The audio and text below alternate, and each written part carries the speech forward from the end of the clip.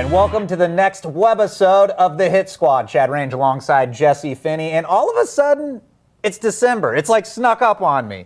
I don't know what happened. It's almost the middle of December. It is almost the middle of December. It's unbelievable. I mean, and we got a big fight coming up. Something that has been on the map for quite a while now. It always just seems so far away. But the rematch, of course. Chris Weidman. Away, buddy. Right. Chris Weidman, Anderson Silva. Unbelievable. Snuck up on me. The Christmas season's here. We hope you have a good one. Jesse, I hope you do as well. Yeah, absolutely. Well, we're going to get things started off with the first segment, of course, brought to you by Shamrock Fighting Championships, home of St. Louis MMA. We want to hear from you, of course, on Facebook, /Hit Squad 101 ESPN, Twitter handle, the same thing, @Hit Squad 101 ESPN. And we're going to start things off with a little review here. Mark Hunt and Antonio Silva, the fight ends in a draw after 25 minutes. Would you say that's fitting? Man, the only thing fitting about that is, I mean, what a great fight. You hate to almost take it someone lost in that fight. I mean, both guys won in the fight. They've got way more fans. UFC is happy. And as fans, we are the guys that won. I tell you something, man, these guys it was the best heavyweight fight I've probably ever seen in my life. It just kind of keeps being the reoccurring theme. And it really is, man. I mean, they just keep getting better and better. They're doing a great job. Absolutely. Great job. Well, now here's my question. I kind of have to pose this as being devil's advocate. I wonder if there was a champion involved, if we would have had a winner. Oh, that's the question I wonder. You stumped me on that one. That was good. Yeah, because you know how it just seems that if it's a championship fight, I almost like it ending in a draw. It makes me kind of. It was so great that no one's complaining about the draw. Right. Which is crazy. Well, yeah, everyone exactly. is like, no one's complaining about the draw. And it was like, this was such a great fight, such a great fight. If it was something that it wasn't as great a fight, everyone complains about the draw. No one's even talking about the draw. Exactly. And I just think when someone loses something, if they did to declare, okay, Mark Hunt's the winner or Anderson Silva, I think someone gets shorted. That's the thing. Someone gets kind of ripped off. I agree with you. The best part of this is they're going to have to do it again. Right, exactly. And once again, the real winner there is the fans. Right, absolutely. Absolutely. Well, a little side note, and good for Antonio Silva, post-fight tradition, he takes his family to Disneyland. I guess win, lose, or draw. With that type of money, he's probably getting the fast pass. You can get the line. You know all about that, huh? Skip those lines, get right on. Well worth it if you haven't done it. It's a small world. Well, yes, okay, there you go. Here we go. Report George St-Pierre to announce future at press conference on Friday, this coming Friday, that is. But UFC President Dana White says not to expect anything huge. So, that said, I don't see a retirement happening. Right. And where do you think what kind of gray area has been The only thing I here? think he's going to shed a little light on what's going on with his head, mentally. And I think maybe a little bit like physically with his body. And he's beaten up a little bit, but maybe his plans for 2014 and something in the near future. But I don't see retirement coming either. I hope to see GSP back in the octagon in 2014. If not, let the guy sit for a year, get an interim champion, and then make sure whoever he comes back has to fight him right away.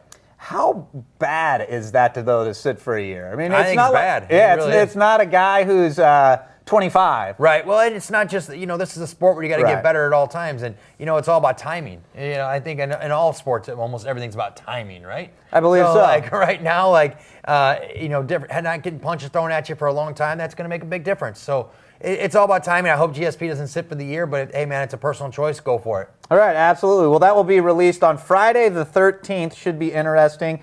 And Dana White, of course, says not to expect anything huge. I wonder how much Dana has been in his ear and kind of if he's been along this whole thing as well. I think he has. I think that he has, but I also think that he also understands that this is the guy that's a superstar in the world, and you also don't want to push him too far. But I also think that he also says, hey, man, if the guy's got some real mental issues, give him some time. Absolutely, absolutely. Well, UFC 168, like I said, for the longest time, I felt like that was so far away. And now all of a sudden, like you said, we're about 2 weeks away from it, and it's going to be a huge night of fighting.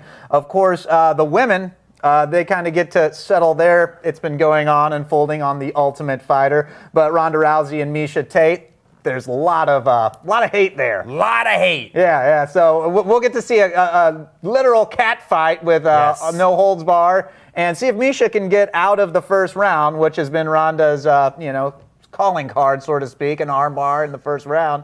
see what Miesha Tate can deliver there. I hope that it goes a little bit deeper into the second, third round. That would be great for the fans. I was getting ready to say, how big is that for women's? I mean, for an actual good fight, right?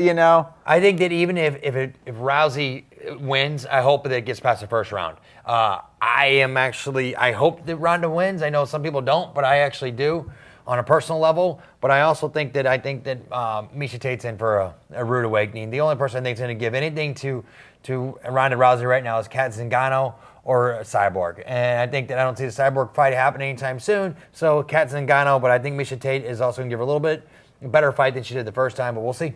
And Kat Zingano was supposed to be the coach, correct, I believe. And due to an injury, had to step aside. Miesha Tate comes in. And some might say it actually made for better TV as far as the drama goes. It probably did, but I saw too much crying this season. Real Housewives crying on The Ultimate Fighter. Right. Yeah, it was a little bit of everything. But of course, I really think that, to me, is just a sidebar of 168. The real story here is the Weidman Anderson-Silva rematch. And I like it now. It's kind of Chris Weidman playing the head games with Anderson-Silva. Good. It's giving him back a little bit what he's always been giving everybody else. Good. And of course, he got a little cocky, or whatever you want to say, however he lost it, and maybe an embarrassing loss, or maybe it's just Anderson being Anderson, finally getting caught. But now Chris Weidman's, he reveals his game plan to Anderson-Silva. Come on, man. You knew everyone knows the game plan anyway, but maybe he's just trying to stir the pot a little bit. I think that's what it was. That is my opinion of it, is he's just trying to get into Anderson's head now. Good. Yeah. I mean, Anderson's into his own head after a loss. Oh, I don't care what anybody says. Probably. You're probably exactly right. But did you read exactly what Weidman said? No, I didn't read exactly. I got into it, and it's just hilarious. It's like, well, if he drops his hands, I'm gonna try to knock him out. And then if he has his hands up, looking for, take him on the ground. I'm gonna take him on the ground. Yeah, exactly. It's like, I didn't need to read it. I can tell you. I mean, that's what he can do. Hey, that place is going to be electric. The place is going to be electric. Absolutely. I think it's going to be one of the best fights of the year. I think it'll be the biggest pay-per-view ever. It's going to be incredible. I think a lot of it, too, obviously circles around Anderson-Silva and what his mindset and his execution, I think, will obviously be much different than what we've seen. Or do you think it's the same? I want to see, and I'll be lucky enough to be there.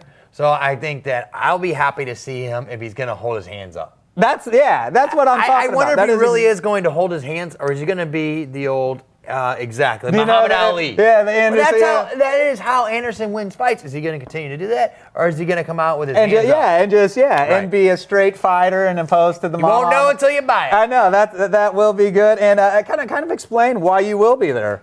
I'll be actually cornering Bobby Volker out there at this fight card. I got to tell you something, man. This place is going to be electric. I'm looking forward to it. Bobby Volker's taking on a Brazilian that was on The Ultimate Fighter.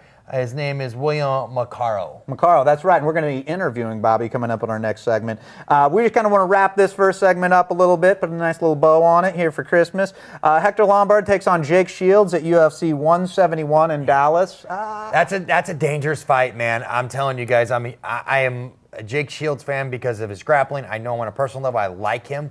But I tell you something, Hector Lombard, I don't know if anybody hits harder in this world than Hector Lombard. And he's got good takedown defense. That's a very dangerous fight. Very dangerous fight for Jake Shields. Of course, Jake Shields bringing the American Jiu-Jitsu. He says it's more aggressive than the Brazilian style. We'll see. This is, like you said, a dangerous matchup for him. If you wanted to kind of pinpoint someone who matches up well against Jake Shields, a heavy hitter, and someone who can stuff those, the ground game from him. You're on point. And this is going to be one of those. UFC 171 in Dallas.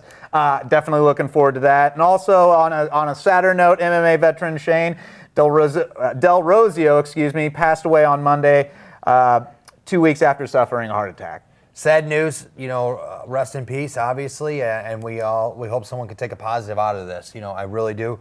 Hopefully his family, and we wish you all the luck. Absolutely, but of course we got a huge interview coming up in our next segment. Bobby Volker will be there, and you're watching 101sports.com.